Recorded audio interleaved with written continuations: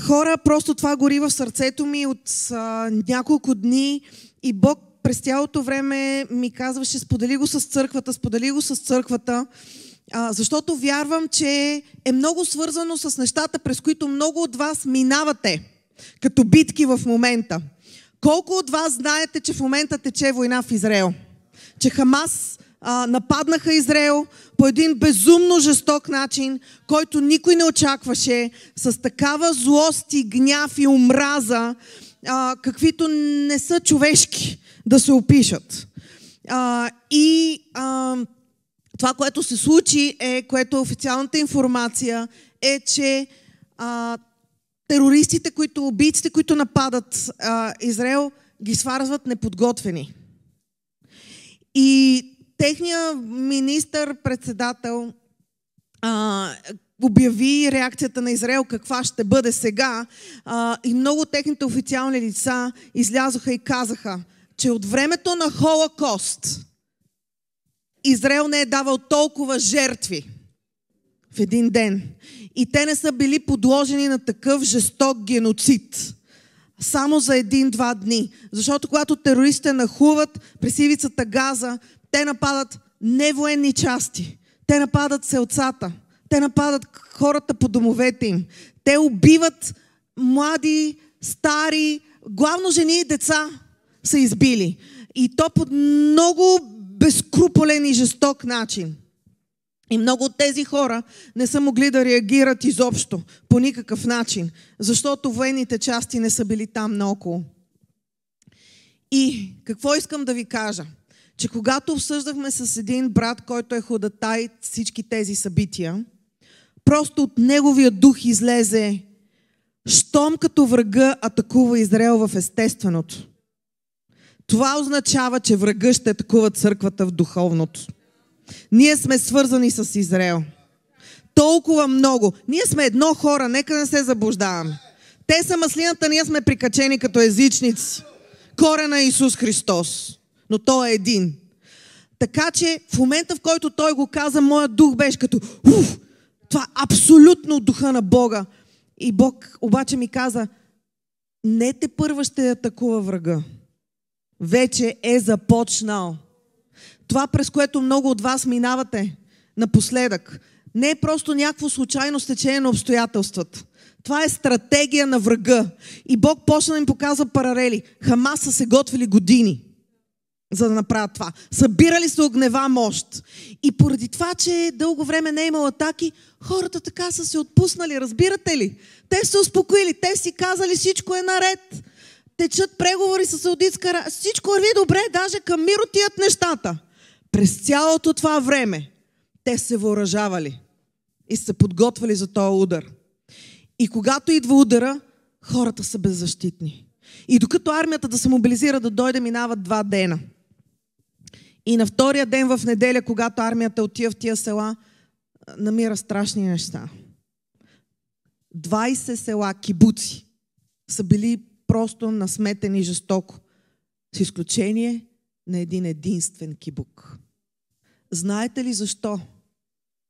И аз това го казах на младите хора, да се подготвят, защото това е нашето време и това е тяхното време. Едно 25-годишно момиче, което е минало военно обучение, е отговаряло за защитата на този кибук. 25-годишно момиче. Когато тя чува, защото и се обаждат, че наближават терористи, наближават убийци, тя има 10-15 минути, хора, за реакция. Тя е държала пушки в дома си, готови обаче. Тя е имала телефоните на всички в селото, била е подготвила група за бързо реагиране. Тя веднага, като получава това телефонно обаждане, се обажда на всички хора, които излизат с колите, камиони и подреждат една стена около селото. През това време тя тича от къща на къща, дава пушките на хората, които са в състояние да стрелят, минали са военно обучение, и на другите им казва: в мазетата заключвате си, стоите и никой не излиза. И за 10-15 минути те застават на пост край селото на тази барикада и когато терористите пристигат, ги посреща картечен откос. Те не са могли да влезат в това село. Изобщо. Те не са могли да убият никой, да стрелят по никой, защото тази стена от не много хора. Не си мисля, че става въпрос за някакви стотици войни. Това са граждани, въоръжени обаче. Никой не е успял да прескочи през тази стена. И когато на другия ден израелската армия пристига, вижда цялото село непокътнато, всички хора живи и здрави и пред селото труповете на 25 терориста. И Бог ми каза, ей така трябва да бъде църквата подготвена.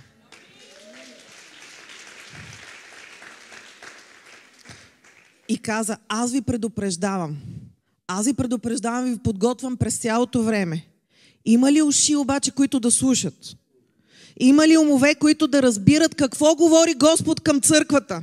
Има ли сърца, които да откликнат? Сестрата го пророкува вчера на Давидовата скиня. Бог каза, аз съм ви предупредил. Защото върха е подготвил стратегия. И казва, не се заблуждавайте. По същия начин, както той ги отслаби тях, отслаби им бдителността, отслаби им подготовката. Ахо, ихо, купон, партита, а вие сте във военна зона. Какви партита правиш ти във военна зона? Беззащитен, невъоръжен, без стражи. Бог каза, аз съм ви подготвил. Вие имате избора дали ще бъдете като 19-те кибуца или като единия кибуц. Защото Божията воля е не да реагираме после, когато сме паднали и наранени и някой от нас убити и да се изцеляваме. Божията воля е да побеждаваме. Божията воля е ние да бъдем църквата, която е построена на канарата Исус Христос и порта на ада не ни надделяват. Знаете ли оригиналната дума, която всъщност много от нас четеме, че дявола ни атакува, така го разбираме това, порта на ада идва срещу нас и ние някакси стоически издържаме и оставаме и не спадаме. Думата всъщност е, че църквата атакува портите на ада и портите на ада падат, защото не могат да устоят на тая сила.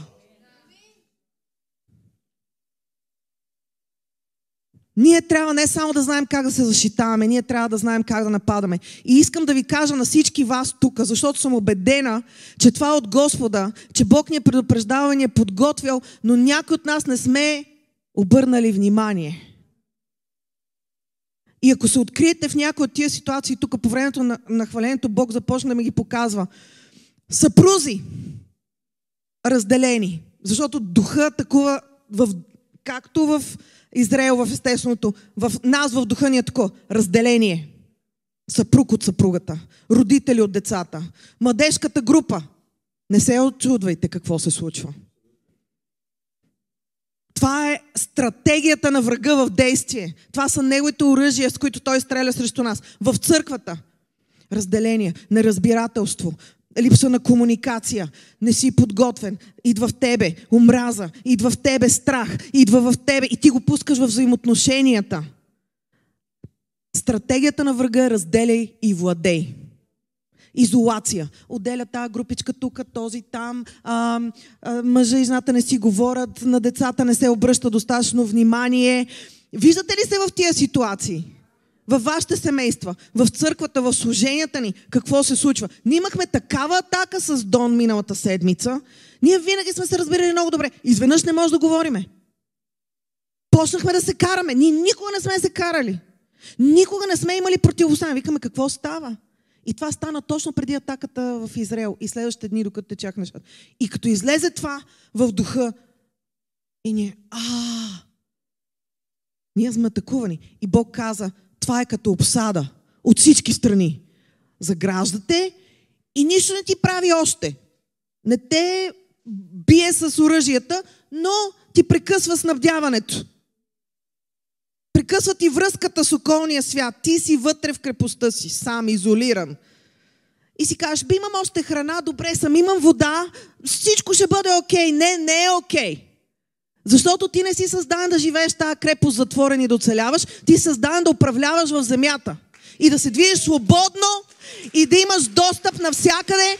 И Бог да казва, сега излизаш с този, сега излизаш с оня, сега цялата армия излиза и ти да имаш свобода да царуваш. а не се да реагираш в страх и в притеснение и огънат.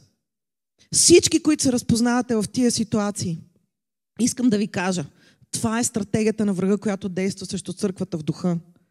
И Бог ни е дал контрстратегията още предварително. Той каза единство. Това е вашата стратегия за победа. Дръжте се за Господа. Дръжте се един за друг. Колкото повече Бог ти казва, колкото повече врага ти казва, не ти се моли сега, не ти чете Библия, излиза ти се насам, натам, правят ти се други работи, не ходи на църква, не ходи на това събрание, твоето решение трябва да бъде. Така ли? На всички служби ще отида сега. На службата в неделя там съм, на молитвеното там съм, на младежкото там съм, на домашната група там съм. А между другото, свободен ден. Я дайте събереме на молитва вкъщи. Всеки ден контратакуваш. Жена ми ме дразни, мъжа ми. Обичам ли го аз този човек изобщо? О, така ли? Айде, скъпа, да излеземе на среща. Едно букетче. Мили, всеки ден моля и се постя за тебе. Започвам. Все едно сега се влюбваме, все едно сега излизаме за първи път. Контратакуваш. Децата. Не, бунт. Откъде идва този бунт? Какво им стана на тия деца изведнъж? Какво им стана, бе? До сега си бяха наред. Така ли? Вместо да го игнорирам това и да казвам, ще му мине, че насочно време с детето ми всеки ден. Айде, мило, ние се молиме заедно. Четем Библията заедно. Благославям те. Обичам те. Така се прави, така не се прави. Почваш целенасочено интензивно възпитание и прекараш време с детето. Това, което врага ни кара да не правим, почваме двойно да го правим. И сме на щрек. Ние сме във военна зона, хора. Ние сме на бойно поле. Ние не сме на парти. Ние си правиме партито в Господа, когато сме в Господа. Но през цялото време трябва да сме готови. И искам да ви предупредя. Стойте на щрек в това време. Бъдете готови. Въоръжете се. Подгответе се. Пустете, молете се, стойте в присъствието на Бога. Събирайте се, не преставайте да се събирате. Защото този стих, който и Пейчо цитира вчера, че дявол като рикаеш лъв, обикаля и търси кого да погълне, той търси някой да се отдели от стадото. Да щукне на някъде. И да си прави неговото нещо и той хоп, отива при него. Когато сме заедно, ние сме силни. И Бог е между нас. Защото Бог благославя единството. И исках просто да ви кажа и да ви насърча да стоиме така. Аз се молих, докато течеше хвалението. И духа, който излезе в мене в молитва, беше: дяволе, не. Няма да стигнеш до моя брат. Няма да стигнеш до моята сестра. Трябва да минеш през мене. Не и докато аз съм тук, дяволе. Да, той може в момента слаб. Да, тя може в момента да пада или да се клати. Обаче аз съм силна за нея. Тези, които са силни в момента, носят те, които са слаби. Защото утре може да се обърнат нещата. Той, дето е слаб днеска и ти го носиш, утре да те носи тебе. Всички сме едно тяло. Тук няма място за духовна гордост. Няма място да се делиме на ние сме духовни, вие сте плътските, вие сте слабите, паднали, ние сме стоиме, ти си такъв, ти си онакъв. Ти стоиш пред Бога. Стоиш здраво. Внимаваш да не паднеш. И ако видиш някой слаб, някой в нужда, тичаш да помогнеш да го носиш на ръце. За да може да си стъпи на краката и да тичате заедно после. И това излезе от духа ми беше. Искам просто да ви благословя с тоя праведен гняв към врага. На английски е not on my watch. Не и докато аз съм на пост. Не и докато аз бия. Не, дяволе, не само до моя живот няма да припариш. До живота на брат ми и на сестра ми няма да стигнеш.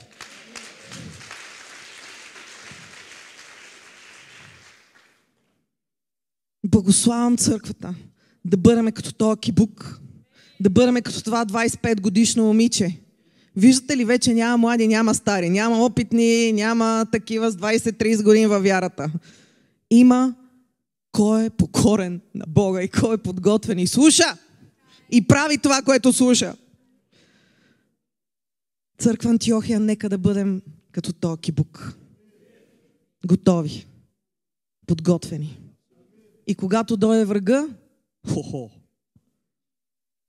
трупове от негова страна. Никой от нас. В името на Исус.